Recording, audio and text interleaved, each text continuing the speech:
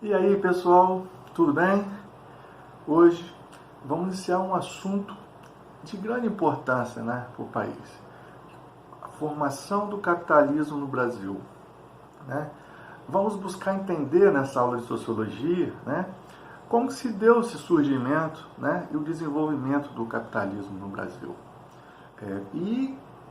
Posteriormente, como que isso, integrou o Brasil na política, na sociopolítica mundial. A gente sabe que a história divide o Brasil em Brasil Colônia, Brasil Império, República Velha, depois período Vargas e assim por diante. Mas para trabalhar o capitalismo, a gente vai ter que costurar de uma forma diferente. Então nós vamos seguir a abordagem de um dos principais sociólogos brasileiros, que é o Florestan Fernandes, que divide em 3 momentos. De 1808, na abertura dos portos, até a Lei Áurea, em 1888, que seria o período do capitalismo moderno. O segundo momento seria da promulgação em 1888 até 1950, ali antes da política de JK, que seria o capitalismo competitivo. E ao final, seria das políticas de Juscelino até os dias atuais, com o capitalismo monopolista. Vocês observaram bem, a ideia de capitalismo no Brasil inicia só em 1808, com a abertura dos portos. E antes disso, Bem, de 1500 a 1808, como a gente sabe, foi o período pré-colonial, o Brasil colônia. Portugal, a metrópole, explorou tudo que podia da colônia, que foi geradora de commodities agrícolas e minerais. Só relembrando que são commodities, são aqueles produtos de origem primária, comercializados nas bolsas de valores do mundo inteiro, e possui grande valor comercial estratégico. O interessante é que o commodities ele não é estipulado mais o preço dele na produção, nem sim quem cota o preço é o mercado. Então, analisando no primeiro momento, o pau-brasil foi o produto explorado no Brasil. Tinha um alto valor de mercado, devido à sua cor exuberante, e utilizado para tintura de tecidos. É evidente que os portugueses chegaram aqui, houve muitos conflitos com o nativo. Aquela história de escambo com espelhinho, índio ingênuo, isso é tudo questão de eurocentrismo e etnocentrismo. O intuito é degradar a imagem dos ameríndios que aqui se encontravam e descaracterizar a sua cultura. A verdade é que o bicho pegou.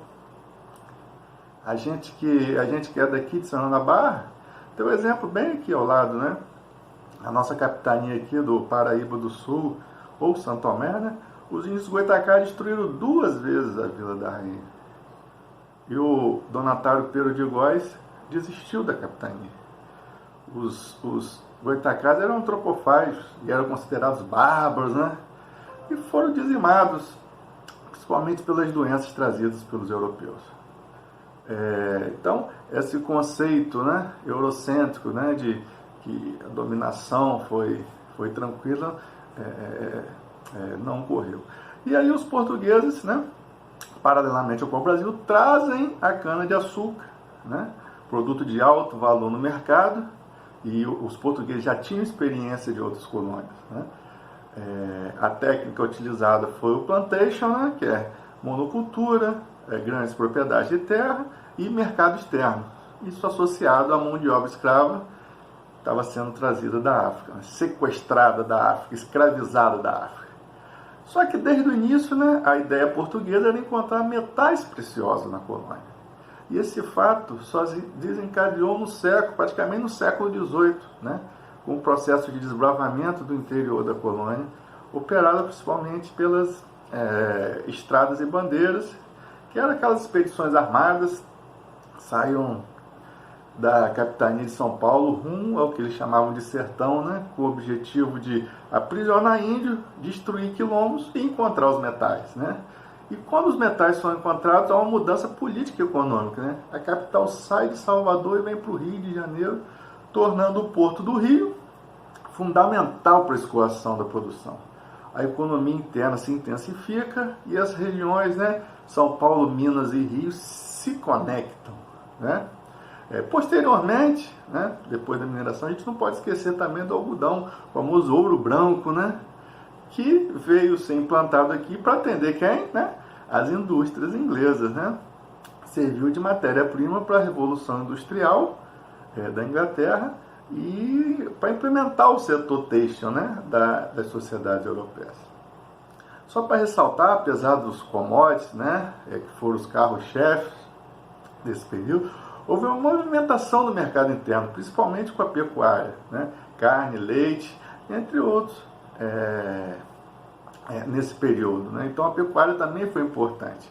Então, o que a gente tem que ressaltar nesse momento é que houve toda essa exploração.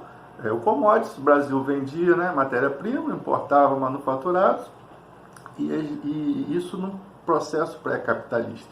E aí houve desdobramento, principalmente com a chegada da família real ao Brasil, e a partir dali inicia-se, né, aquilo que a gente vai falar da primeira fase do capitalismo no Brasil, a partir de 1808. Ok?